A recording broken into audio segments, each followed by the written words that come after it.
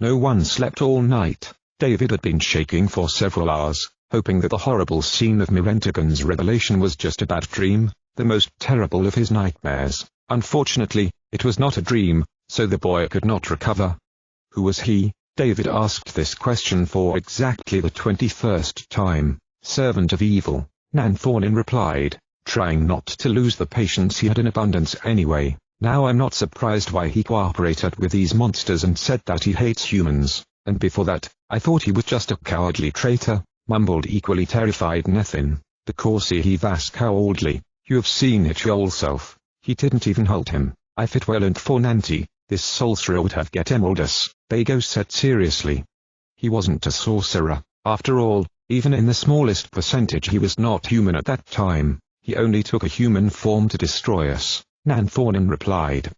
But for what? How could he not be human? After all, this is absurd, Celian shouted. Tirefadin, sitting on the wet grass, was the only one who was silent, huddled, staring at the ground. We have to go now, said Nanthaornin after a while, seeing that it was getting bright. What? Wrote David in a thin voice. What's going on, David? Nanthaornin is right, we should be out of here, Puppin said. Through the tunnel. What if, in this darkness, this sick psychopath attacks us again? He will kill me with the sight itself when I see him again. David began to scream, with his glassy eyes to the point of terror. Do not overdo it. I'm not afraid there, Turhin said. Then he snapped fingers at this. The expression on his face, however, indicated something completely different. I also think that Nanthaornin is right and we are no longer safe here, Cordrin said, packing his belongings into horse-style bag. I'm ready. Fast. Here we go, said Poppin riding a mount. David, get in. You're the one who driving. I'm sitting in the back, added a halfling. Now I will not feeling to be safe anywhere, grunted under his breath David, and then unhurriedly he riding Blisk. The others also climbed on the backs of their quadrupeds. Tirefadin riding a nameless grey horse entered the tunnel, still with his head down, as if he was about to fall asleep. In reality, however, he did not think of any sleep. The sight of the Lord, whom he had served not so long ago, was still before his eyes. We do not light a fire? David was surprised. There is a risk that someone will notice the light. Besides, it's not completely dark here, the warrior replied. Our horses can handle it. It would be worse if one of them stumbled, but from what I can see, the ground is flat and neatly cleaned, added Poppin. Little wonder.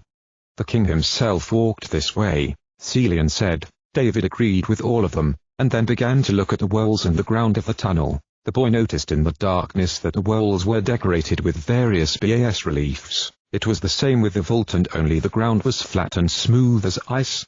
Maybe it won't be so bad here, said the boy. The team went like this for a long time. Bago, out of boredom, began to hum something meaningless and toss a stone. Unfortunately, after a while in the darkness, he indistinguishably dropped a pebble on the ground. David flinched, hearing the noise echo. Muddy hums continuously, but after a while he started to play with a cloth and sing one of the songs, which probably was known in the world of mudmans.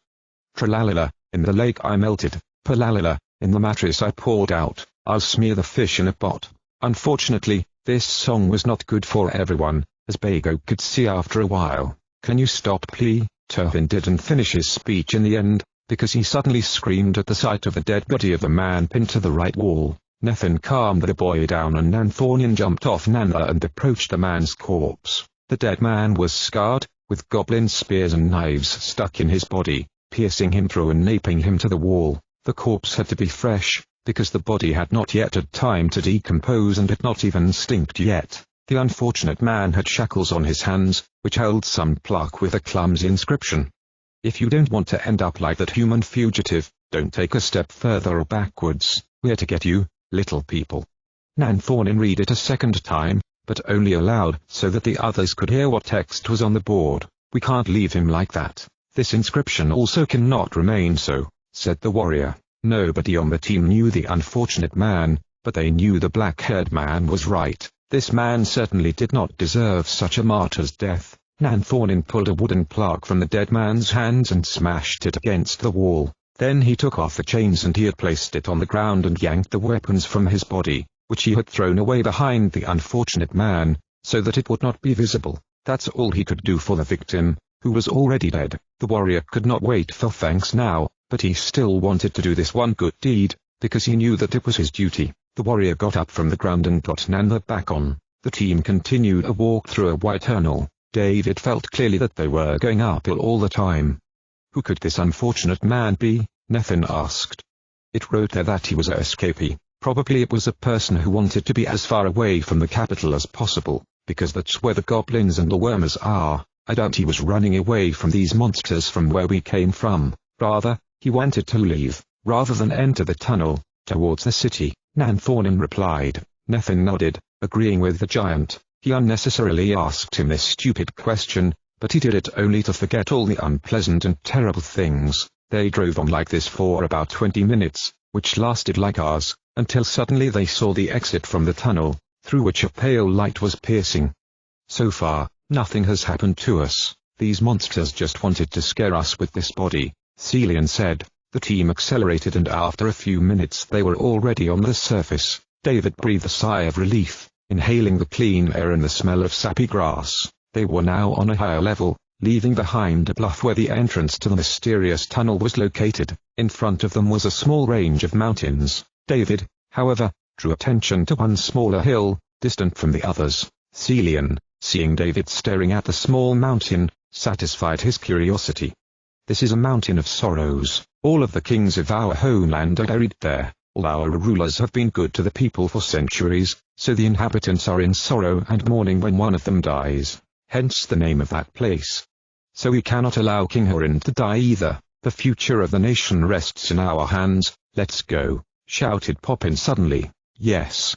We must save our country, our compatriots and the king. We will kill these stupid monsters and prevent even one of them from touching the throne of our ruler. Turhin started screaming, then chased Nethin and Netta. The horse galloped east, where the capital was already located. It took a few seconds for the others to figure out what had happened. Netta took off so fast that David thought the horse had simply disappeared. After a while, they ran after the boy and Nethin, unable to catch up with them. We are close, only a few hours, informed Nanthornin, sitting tightly in David's saddle. The team accelerated more and more, rushing along the grassy plain. Tirethadin immediately revived. His horse turned out to be very fast, despite the inconspicuous appearance. After several minutes, David noticed yellow and green points on the horizon in the distance. I think it's farmland, he thought. He was not wrong. After a while, they could see people working there. Nanthornin stopped and called out to Turhin and Nethin. Stop now. Hearing this, the young men obediently stopped with the others behind. What's going on? David asked. How's that going on? After all, we are right next to Nelthorn. Look, do you see these working people? Asked the warrior. Yes.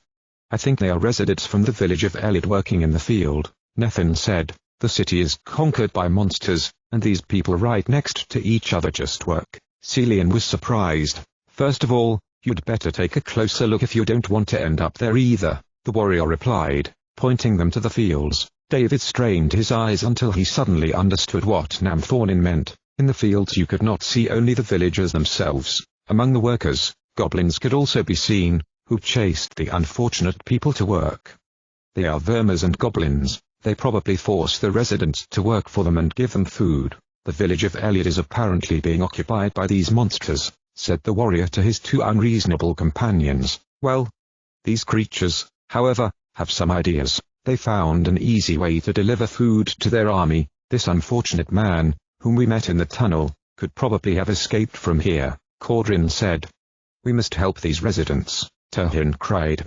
I think so too, and I think I already know what we're going to do, Nanthornin replied. What? David was interested. We will pretend to be workers. It is enough to change differently, slip into the field and start working. We will take only weapons with us, and then we will attack, barrack up the locals to fight, the warrior replied. Oh, I wouldn't be so sure. There may be too many of these monsters, and people may not join us, Cordrin noted. So we will secretly ask one of the workers about the number of these monsters and offer to help. David said. Nanthornin turned to the boy. Good thought, the warrior commended him. Puppin also nodded appreciatively. Well, actually, just don't be too confident. The plan seems simple, but it will undoubtedly be dangerous. Cordrin laughed. I'm already dressing up. TWOU said, jumping off his horse. The others followed his example, only Bago did not have to dress up, because he was really like a farmer in a hat, dirty and gloomy, like a tired of work. All he did was covering a wooden shield and a sword hanging on his back with a blanket. Nathan was unfortunately forced to take off all his armor. TWOU disheveled his dark hair and slid into the ground like a pig to give the impression of being dirty from hard work. His white shirt and black waistcoat get dirty unnecessarily in Kamuk. Fortunately, only in Kamuk, and not something worse. Cordrin did the same, but he had no intention of getting into a brown cowpat like a boy. Pupin ruffled his cape and the rest of his clothes. Tirefudin, like Bago, also did not resemble a warrior at all, so he only covered his short sword and rolled up his sleeves. Celian broke down with the thought that he had to abandon his expensive bow and arrows, but Nanthonin lent him blankets so that he could effectively cover it. David, on the other hand, took off the hood so as not to arouse suspicion, and he did nothing with his clothes, because they were so dirty, as if he had already worked in the field for at least 1 week without the slightest break. And now we look like these workers, Celian said. Probably even worse, we look like some slaves. David laughed. Ha, ha, very funny, Nathan replied in Nathan's mocking voice. If you wanted to know, those unfortunate people became slaves, he added after a while. Hide the horses and your unnecessary things for the time being, behind those rocks, said the warrior after a while, pointing to large boulders on the left. The team obediently led the horses by the bridles and hid them behind tall stones, ordering them to waiting there. The team approached the rocks, and Nanthonin watched the working people in the field, from hiding, through a narrow gap. David also looked there for a moment and saw the village of Eliad in the distance. The settlement was not large, it consisted of perhaps 12 tall houses and several outbuildings. Some were burned, while others were preserved in better condition. The whole village was surrounded by a stone wall, with a height measuring 4 meters by eye. A tall and agile warrior like Nanthonin could probably just pull himself up and jump over the low fortifications without any problems. So here we go? The giant finally asked. I'm ready. TWOU was the first to answer. Us too. The others replied with a silent choir. Nanthonin nodded and then stuck out his head a bit, from behind the rocks. So the plan is seemingly simple. We have to sneak into the field unnoticed and then pretend to be workers. Then, when we find out how many opponents there are, we will attack, informed the warrior. The team nodded their heads and at his sign individually began to come out of hiding place. They searched in the tall grass and then began to sneak towards the village, like a pack of wolves. Nanthonin led his comrades to the field where corn grew. Tall plants provided them with a good hiding. They went deep into the field, sneaking between corn cobs that were up to 3 meters high, so that even Nanthonin could straighten up freely, without exposing his head. Even if the goblins and the vermers had seen them, they would have thought at first that they were mere workers. Suddenly, Nanthonin froze motionless and stopped his comrades following him. What's going on? Nathan asked in a whisper. Hero Est did not answer him, but pointed to the moving stalks of corn. The warrior looked in that direction again and walked there silently in small steps, putting his feet only on soft ground. The others also followed him on tiptoes, trying not to touch the stems so that they would not budge. After a while, the team saw who was in the field. It was just a working, lonely poor man, picking corn falling in baskets. Nanthonin noticed, however, that one of the goblins was also standing next to him. So he came closer, and the monster heard a noise as the warrior did so, and the creature noticed the intruder. Why doesn't you work? The goblin didn't even finish the sentence, because the warrior somehow supernaturally bounced his sword forward so quickly that the flying blade stuck into the head of the monster, like a simple arrow. The frightened worker twitched, and as soon as he did it, a large paw pulled him into the depths of the field. The worker let out a muffled scream, after which he fell to the ground in front of strangers. Who are you? What are you doing here? He was surprised to see a warrior in front of him in a blue coat. Relax, we are friends and we want to help you, Nanthonin replied. We have come from the Eternal Camp to save you as well as our king, Celian proudly added. What? The worker did not believe and did not know exactly what was going on, seeing 9 strangers in front of him. Celian sighs, and Nanthonin calmly replied. I am a Nanthonin serving in the army of our country, Hero Est, and the others are my travel companions. We know that these monsters are forcing you to work, so we want to help. The bearded worker nodded. So you are the Nan Thorning, the most powerful warrior in our country. He was furled man. Yes, that's me, replied the warrior. So what do you want from me? Asked the farmer. We want you to help us liberate your friends working in the field. The slave nodded quickly. There was a glimmer of hope in his eyes. Do you have tools with you? We need them. The warrior began to speak further. Yes, it is here. The farmer pointed to the cart, filled with the necessary tools for working on the field. That's good. Please tell us something more. Has anyone left in the village? And what are the forces of the enemy? Of course, master, I will answer all your questions. As far as I know, there are about 100 of these cursed creatures here. Before they conquered the city, they attacked our village. They have made slaves out of us, and we have been collecting food for these filthy monsters for over 2 months now. To those who rebelled, they set fire to their houses and took away the leftover food. The worst thing is that for ourselves we can only get on 1/6 of the crop we have harvested, said the slave. And the rest of the food probably goes to the army of these underdeveloped monsters? Celian said more than he asked. Of course, it is a miracle that these monsters have enough pity by giving us at least some of our food. Unfortunately, as you know, they do not do it out of respect, but just for this, we simply would not be able to die, because then we could not work. To work for these filthy skanks. The worker raised his voice. Nan Thornin calmed him down and ordered silence. Not so loud, just tell me if any of the locals stayed in the village. Not master, everyone works in the field, men, women and children. In my settlement sits only a part of the vermers and goblins. They made our houses their apartments and made a graveyard of our flocks and small, useless children. They make us sleep in pigsty, like animals, the worker replied with tears. Nan Thornin nodded, lifting the poor man off the ground. So thank you for the informations, said the warrior, then he turned out behind the field. When he made sure there was no uninvited anyone nearby, he walked towards the wagon filled to the brim with sickles, baskets, scythes, pitchers, shovels and other tools for work. Take these tools and bury this creature by the way, he ordered to his comrades. Hey, after all, this corpse does not deserve for a funeral. Celian was outraged.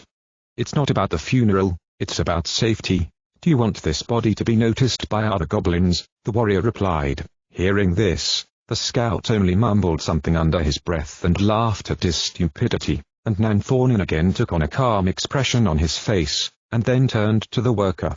As I said, we want to save you. Our plan is simple, but we have to be careful. We are going to take some of these tools and start working like the rest. Then we will attack the guards, and when we kill them, you all will run away, preferably to the north. The inhabitants of the Sky Blue Lake should help you. If you want to be useful for something else, you can encourage your buddies to fight. In this way, it will be easier for us to defeat these monsters. Just be careful that one of them does not find out about our plans, said the warrior. Of course.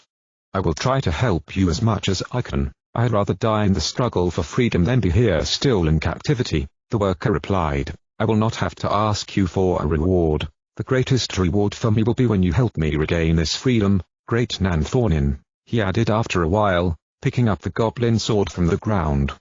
Chapter 28.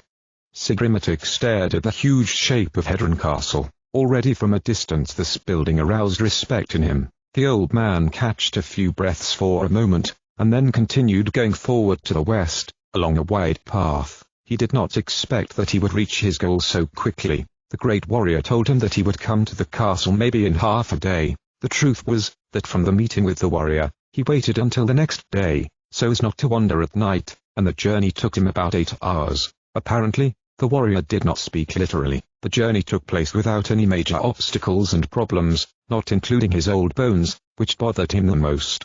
After a while, Masakon reached the village of Serenida, located near to the castle. People looked at him with curiosity, seeing his dark complexion and the turban on his head. It's good that I hid my cats in the forest, near the path, Sigri thought. People on the street and looking from the windows of multi-story, fabulously colorful houses, stared at him, as if he were at least some newcomer from another world. The gaping onlookers from the village followed the old man with their eyes, until he reached the stone bridge over the river and disappeared from their sight. Masakon found himself in a small forest or rather park, behind which a castle was already erected. In the shade of the trees it got much cooler, He walked several meters until out of the corner of his eye, he noticed that on the right side, there was another, less frequented path. The old man, out of curiosity, turned there, and after a while he saw a wooden bastille standing on stilts, with a sloping roof. The tower was only a few meters above the trees, and a lantern could be seen on the top. "It's a signal tower," Musalkan said. Buildings of this type sent various signals to castles or cities, raising alarms and various information. In this way, soldiers guarding the walls could, for example, easily find out that someone was attacking a village. Sigrimatic was still looking at the small tower until he suddenly heard the voices of someone's conversation. He couldn't understand the words, but he knew where they were coming from. Sigri walked further along the desire path, until suddenly a large wooden hut appeared before his eyes. The house was nice and very neat. The frames around the windows were decorated with various patterns, and the stone foundation were made of white stones only. However, this house was not as high as most of the buildings in Ephinestra, where in the capital they could reach up to 12 floors. This house had only the ground floor and an attic with a sloping roof, covered with lush grass. Roofs of this kind added warmth to the interior of apartments in cold winters. Such an attic, with a stove inside the house, even in winter, had to cause closeness in the interior. Sigrimatic also noticed that there were shooting targets next to the hut, which meant that the host apparently had a passion for ranged weapons such as bows, spears or crossbows. After a while, the old man heard human voices again. This time he could understand the conversation exactly and knew where exactly it was coming from. On the small terrace in front of the house, 3 people were sitting on chairs. More precisely, they were 4 people, because one of the figures, who was a woman in a red dress and a yellow hat, was holding a baby in her hands. The other 2 people were men. One of them looked like an Ephinestrian scout, and the other was too short to be the woman's husband because he was sitting next to her. "Is it true, Serima, that our son is going to the capital to save the king himself?" asked the lady to the bearded scout. "Of course, although Celian is still clumsy in his ministry, but I had enough of him, and I thought that maybe the great Namthornin would be willing to accept him and teach him anything. In addition, he has already had training as such, so maybe at least a little bit of it. He taught him something and somehow he will survive without his bed," replied the hooded man. Hearing this, Sigrimatic remembered finding a team near his hideout, which included a young scout named Celian. "I probably see people now who know this young man well," thought Musalkan, and then continued to eavesdrop, as most of the Musalkans did, because they were always extremely curious about everything. "Can we change the subject?" Meanwhile, a second man who had a large belly got angry. "But what's wrong?" The scout was surprised, not knowing what he meant.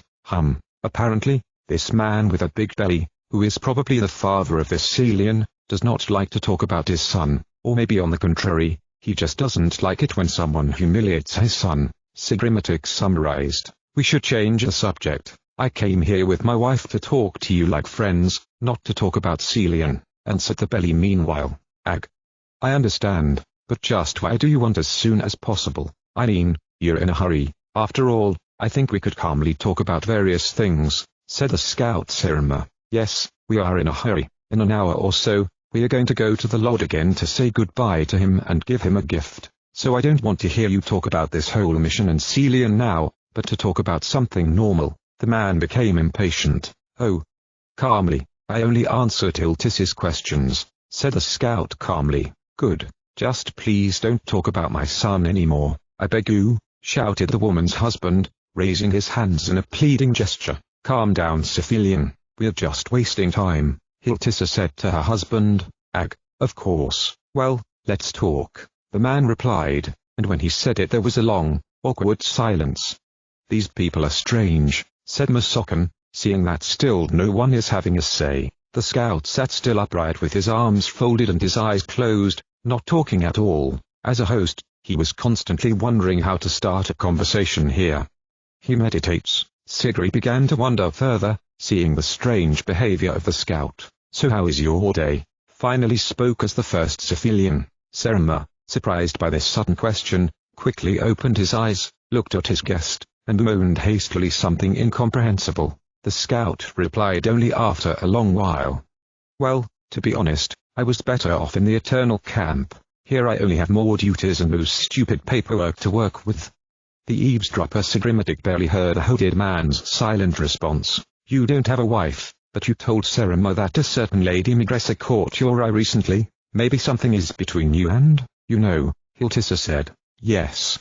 But no, well, it just so happened that when I wanted to tell her how I had feelings for her, I found out that she already had a fiancé." "Just guess who?" yelled the scout. "Do you mean Selbfit?" "I guessed it," Civilian asked. "Of course not. Selbfit has a wife. I mean none other than Metkel. This guy ruins my whole life from the very birth." Serema started screaming. Metkel, no wonder. He is a nice guy living with Hendron in the palace as one of the best." Civilian did not finish, because he was suddenly interrupted by the wild scream of a scout. "You said what?" The belly man twitched like a lightning bolt until the chair he was sitting on dangerously tilted backwards. "That what?" Civilian was surprised, when the seat fell back with a crack on its forelegs. "You said that Metkel is a nice guy," the scout repeated to him. "And, what do you mean? What did I say wrong?" The man did not understand that one. "That guy you call nice, destroyed my whole life from A to Z," Serema shouted. Okay, and?" Hearing this, the scout jumped to his feet and grabbed his head in a frenzy. Seeing this, Civilian twitched again until his back slammed across the backrest and the chair flew backwards again. However, the scout quickly grabbed the falling seat and pulled it towards him until the faces of both men were a few centimeters apart. "I'm going to kill Metkel for having taken my beloved lady away, and you won't forbid me to do that. I've known Migressa since I was a kid, and this dull blonde thinks that TWOU take her away from me because of his better reputation," yelled the scout. "Well, but why are you telling me that? What's going on? What's going on with you?" asked the belly over and over again, not knowing what to think about the strange behavior of the scout. Hearing this, Serema with a deft movement of his hand, he let go the seat. On his face there was an expression of mockery. The chair again tilted backwards, and then fell down from the stairs, also with a fat man on it. In the eyes of Civilian and Hiltissa there was an expression of surprise. Seeing all this, Sigrimatic grabbed his head. "I'd better go from here. I don't want to look at it anymore," Masokan said to himself, then walked away slowly, jumping over the tall grasses. In front of him, the walls of the great castle were already erected. "Help me," Sigri heard Civilian's cry behind him. Masokan turned backwards and saw a woman who was just picking up her heavy husband from the ground. "If you weren't so lazy, you wouldn't weigh that much," the woman soothed, unable to lift him. "I'm lazy? Every day I follow you and do whatever you want." The husband was outraged.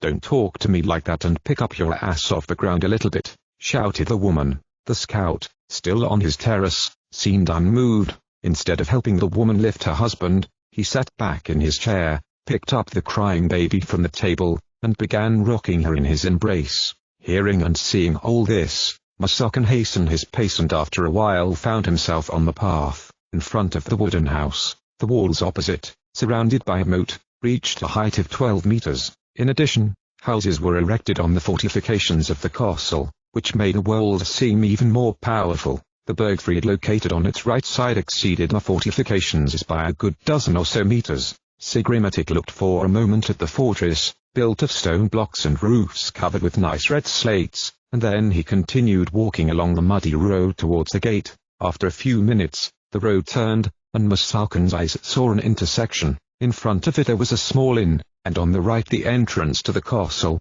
to which a drawbridge led, over a deep, water-filled moat. When Masokan reached the crossroads, he began to hear conversations and laughter from the within of the small inn. On the plaque in front of the building it wrote, "Inn under the tower." Actually, Sigri noticed that the building was right next to the gate, and on its sides, on the walls, there were two towers. One of them was in front of the inn next door and almost touched it. Sigrimatic wanted to eat suddenly. The smells coming from inside the wooden stone and made him sear saliva from his mouth, which flowed down his long beard. Unfortunately, he could not enter there. He was in a hurry, and besides, he ran out of money anyway, so he turned right and went through the open gate. As he did so, he noticed that there was another gate in front of him.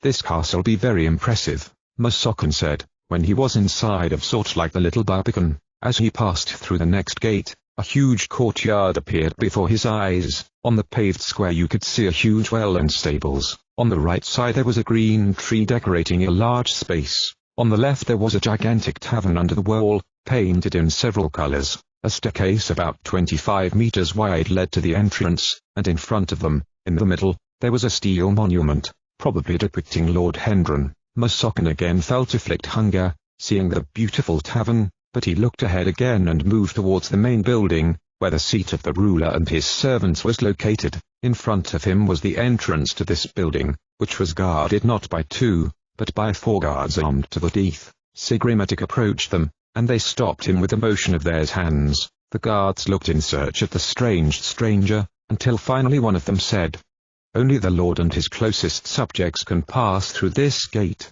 If you want to visit our Lord, you must go through the main gate." The guard pointed to the right. Masokin nodded. "I thanks you," he replied, after which he went in the indicated direction. A large gate appeared before his eyes, which was also guarded by several guards. "Halt!" cried one of them. Sigri stopped in front of the gate. "What's going on?" Masokin asked. "Who are you?" "I want to visit the lord of the castle. I am from afar," the old man replied. The guards did not know what to think when they saw an old man with a turban. "Sinrayan?" finally asked one of the guards. "Nope. I be a Masokin," Sigri replied. The soldiers, hearing this, exchanged glances at each other. "Masokin, here," they shouted. "I come in peace. I escaped from Nilthan from the monsters," Sigrimatic said. "And why did you come to Efinestia, and what do you want from our lord?" asked the guard with an iron helmet on his head, covering his entire face. "I have to escape from Masako. I want to show Hendron something," the old man replied. The guards looked at each other again. "So if you want to enter, we have to search you," answered the soldier with a heavy helmet. Of courses," Sigri agreed, then left the cane and pulled out various old stuff from behind his coat and pocket. One of the guards noticed a strange paper thing. "It's a paper bird," he noted. "Where did you get it from?" asked the second man. "Scout young such give me to give it," Sigri replied. "Scout? Do you know what his name was?" "His name was Celian, and I think he came from here. He travels with also someone else." "Celian, after all, he reportedly went on a mission with the rest of the team," said the soldier with a big helmet.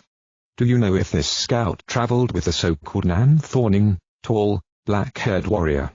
"Yes, there was a great warrior with him, and he gave it to me for my help," Masokin replied, handing them a document. A soldier with a heavy helmet took a ruffled piece of paper from his hand and read it aloud.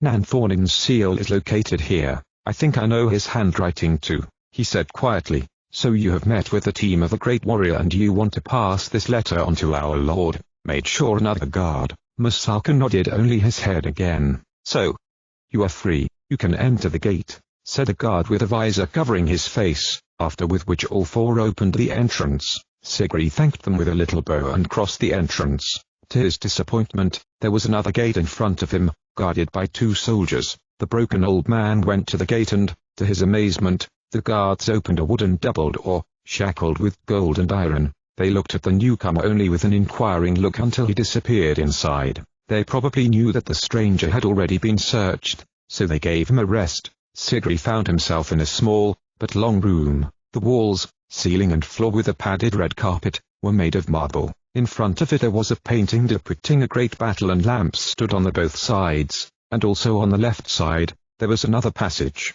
There were also guards on its sides, but they were different from the others. They wore decorative robes without armor, they had no helmets, and instead of halberds held in their hands, they wore swords at the waist. They also let the newcomer in, watching him neutrally. Sigri bowed low just in case, having such unusual persons in front of him, after which he went inside. He found himself in a very huge room, somewhat reminiscent of a large chapel. Here, too, the vast elbow room was made of marble. High columns staked up the balconies above the head, which surrounded the entire throne room. Masokin had the impression that he was in the palace of the king himself. Opposite it, in the distance, he could see mosaic, high windows, through which the light of the sun penetrated. Colorful rays illuminated the golden throne, on which a sitting, small figure could be seen. The guards closed the gate behind Masokin, and the noise echo spread quickly throughout the room. Sigri involuntarily smoothed his grey beard, then moved towards the ruler, walking on the red carpet, located between the wooden benches. People sitting on them, dressed in dignified robes, interrupted their conversations and watched with curiosity at the old man passing by. Lord Hendron noticed a visitor approaching him. He saw that the stranger was looking at the golden chandelier hanging over his head and the smaller throne next to him, where his spouse sometimes sat. Masokan spaced out and entered the first step of the elevation, where the lord of the castle sat. He stepped back as quickly as possible, pretending that nothing had happened, and glanced diagonally at the guard standing next to him. Suddenly, Sigri seemed to wake up and he worshipped the ruler all the way to the very ground. The lord was astonished, because his subjects always bowed slightly, which of course was enough for him. Masokan, however, accustomed to other customs of his country, bowed to all monarchs to the very ground, fearing whether the obeisance would not appeal to the ruler. "What are you doing? Rise!" cried the lord, not knowing what to think about it. Sigri stood up obediently, surprised. Could it be that the worship did not appeal to the ruler? Masokan began to look at Lord, his chestnut, short hair and green emerald eyes. "Who are you and what do you want?" Lord finally asked. "I be Masokan, call myself Sigrimatic." Immediately apologize for the speech not correct. "I come from the great warrior Nanthaornin," Masokan replied, pulling out a piece of paper from behind his robe. "I get it from him. May I?" Sigri did not finish, because Hendron got up from the throne and came down from the platform himself. Surprised, Masokan handed over the document to the lord. He had never seen a ruler do this. In Masoko, the rulers employed special, trusted servants to bring them to the throne various messages and gifts brought it by their subjects, and this lord himself came so close to him that he could hear his breathing. Hendron read the letter quietly, and when he had finished, he asked him a question. "Is Nanthaornin's team already close to the capital?" "Yes, lord." "To be close, if they have passed through a mysterious tunnel with which to escape they may already be in or near Nelthorn," Sigrimatic replied. Hendron looked at Masokan. "You did a good job, Sigrimatic. I will try to get a teacher who will teach you the language more thoroughly, and we will check whether you are actually suitable as a doctor," said the lord. That's all?" "Just like that." Sigri was surprised. "I don't understand. What's going on?" Hendron asked. "I apologize. Just to be surprised that so quickly to go from here," Sigri replied. Yes, that's all. Now you can take an empty room on the first floor, number 17, and make yourself at home. When I am done with the job, I'll come to pick you up to visit, or even now, because I see that no one else is looking for anything here yet," said the lord. "Thank you very much," Masokan replied, bowing to the ruler, and then left through the side door indicated by the lord. Now he found himself in a long corridor, where on the left side there was a large passage to the second room, where there were already stairs. Sigrimatic began to climb the wide, carpet-lined steps, after which he found himself on the first floor, where there were plenty of dolls and paintings hanging on the marble walls. Now the old man only had to find his room. "Oh, there it is," told him the lord standing next to him, pointing to the door with the number 17. When he said this, Sigri saw something that could not fit in his head, not even in the slightest percent. His eyes were wide and his mouth open, seeing their lord himself, with his own hands, open the door for him. "Lord, why are you doing theses?" the old man asked. "The door are heavy, and you look tired of the journey, old man. Even I have a duty to help old people like you. It is better to rest when you enter," replied the smiling lord. Sigri, who heard this, was as amazed, and when he looked inside his room, he had the impression that he was about to weaken completely from the impression. The large bed stood by a large window, under which there was a shelf filled with fragrant flowers. Next to it was an open wardrobe filled with warm coats and thin, oi robes. Even further away was a hot stove, made of silvery, white stones, and above it a beautiful painting, surrounded by a golden frame. It depicted vast Athanasian fields and pastures. In the middle of the painting was a river, and above it several tall windmills. Sigrimatic crossed the doorstep of the oak door, stepping onto the orange carpet. After a while, he sat down on a rocking chair and turned towards the lord of the castle. "I do not know where I get such an honor," he said. "Forget it. I just gave you the last free room, Sigrimatic. Each of my servants has one. Now it is better to rest, and if you are hungry, then call the castle cook. His name is Borf and his kitchen is a floor above. Every week Borf organizes an exhibition of his new baked goods as well as other dishes. Now in the Lord's list of dishes there are more than 1,200 wonderful dishes." Hendron continued. Sigri, who heard this, only nodded every now and then as if he were numb with his head. "I do not want to brag myself, but my castle is famous for the largest production of food and the best cakes, up to the northern gerent itself," said the lord. Sigri continued to nod his head, and even when the ruler had finished speaking, the Masakanin forgot to stop to do so. After a while, however, he came to his consciousness and saw the lord leaving. "Ag, sir, I remember something. Can I ask something?" Sigri said. "Of course," Hendren replied, opening the door back. "Can I stop here and bring my cats? Won't it be a problem?" asked the guest. "Cats? I like cats. I have one myself," Lord replied. "Oh no, no, I mean something bigger, about larger such cats. They can sometimes be wild," Sigri replied. "Ag. Big cats, wait, big, wild cats, do you mean something very big?" asked the lord, not understanding the foreigner. Chapter 29. Suddenly, one of the goblins, guarding the working people, noticed that one of the workers in the field was not working. "Hey, you, why don't you work?" the monster screamed, hissing at a tall skinny guy in a hat and ruffled clothes. "And so my hoe has broken and I can't work," he replied. "So what? You have to work," the goblin screamed, approaching the slave with a whip in his hand. He stopped in front of the skinny man and threatened him with his weapon.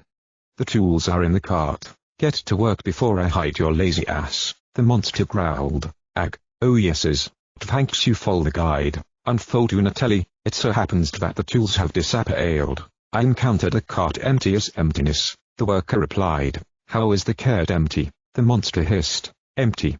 I don't know why it's empty is, just empty as emptiness is, by someone desolate remained." The goblin looked towards the carts. In fact, one of them was really rubbed, and the other was filled only with hay. After a while, he looked at the worker again and noticed that he was bending down to pick something up from the ground. Oh, look, this tool should certainly be suitable for sheathing," he said, and then, to the astonishment of the monster, he picked up a long sword. "It should be suitable." "Can I try?" asked the worker, and then swing his weapon at the monster. The goblin yelled as the blade cut off his protruding tangled hair on his head. "Oh, suitable for cool. I just wonder if it is suitable for cutting something all stupid and empty." Hearing this, the goblin pulled out a spiked club, but he did it far too late. Mudman reached him in a flash with the blade of his sword, splitting the monster's throat. "What's going on here?" shouted some wormer, disturbed by the scream of the already killed goblin. The monster stopped next to the carts and began to look around nervously to the sides. Finally, as he looked to his right, he noticed a mudman with a sword in his hand. As he was about to move towards the intruder, he heard a sound behind his back. He turned around, and as he did it, suddenly Nanthornin's hand emerged from the haystack, grabbing the monster and dragging him into the wagon. The beast screamed, and disappeared into a pile of dried grass. After a while, Bago finally saw Nanthornin and David jumping out of the cart. The warrior took off his blue cloak and turned to the muddy. "Good job." Bago only nodded in response, until he suddenly twitched, hearing a wild scream. "Hey, slaves flee, catch them." The three friends looked in that direction and saw workers fleeing from the field, who disappeared after a while in the thicket of corn stalks. The goblins and the worms ran fast for the fugitives, screaming like monkeys. Yes, run boldly, you will see what will happen to you." David smiled. When the monsters finally reached the cornfield, they screamed terribly when a wave of rebels suddenly hit them, chopping the monsters with sickles, hoes and pitchers, like an ordinary drunks. Among the villagers, the rest of the team also fought, armed, of course, with more advanced weapons. "So far, everything is going as it should," David said. "So let's help our people in the fight," said Nanthornin, after which they moved towards the defending people. Some of the women also fought among the rebels, while others hid with their children in the depths of the field. Bago googled his eyes when he saw an elderly woman beating a goblin lying on the ground, with a flail. "That's for hurting my husband," she shouted, striking the first blow. "It's for my house," she said, inflicting a second blow, "and this for all my loved ones and our homeland," she screamed, giving one last blow, straight to the face of the monster. The beast squealed in terror and then fell silent. When the rebels finally defeated the monsters, they began to take their tools and weapons to better defend themselves. "We only beat about 20, and there's still 80 left, told to Nanthorn, a worker who had previously met the warrior when he was harvesting corn in the field. And how many are ours? Asked the giant. With you there are exactly 39 of us. 2 of us were killed and 6 were wounded, so we will try to kill as many of these beasts as possible, Nanthorn replied. And what if they throw themselves at us with all their might? Asked the inhabitant of the village. If there are actually too many of them, you have to run away, preferably to the north, to the city on a sky-blue lake. The locals should help you there, the giant replied. The farmer nodded his head until he suddenly stopped hearing someone's scream. They are coming for us. They are leaving the village. They are about to be here.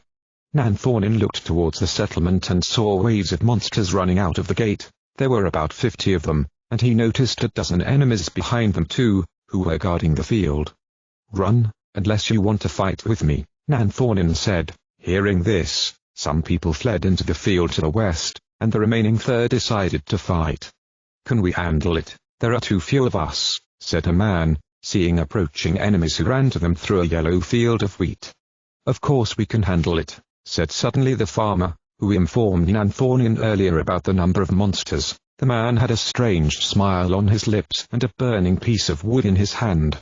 What are you doing? Nathan was surprised to see him throwing burning wood into the field. It is worth sacrificing crops so that we have a better chance of survival. I might as well burn the whole village, as long as these cursed monsters no longer have easy access to food, the farmer replied. Nobody understood him at first, but after a while they figured out what was going on. The burning wood ignited the crop, and after another while the fire began to spread rapidly. The farmer moved a few steps away, because even the grass in front of him began to burn. The goblins and the vermers froze motionlessly in the middle of the field, seeing the danger approaching. After a while, when they realized the seriousness of the situation, they turned around and began to flee to all sides of the field. Unfortunately, the knock-kneed legs could not run fast, so the flames caught up with some of them. The wiser and faster monsters that jumped to the sides and ran out of the field escaped with their lives saved and stared in horror at their burning and screaming comrades. Of the 50% horde of monsters, only half of them remained after a while.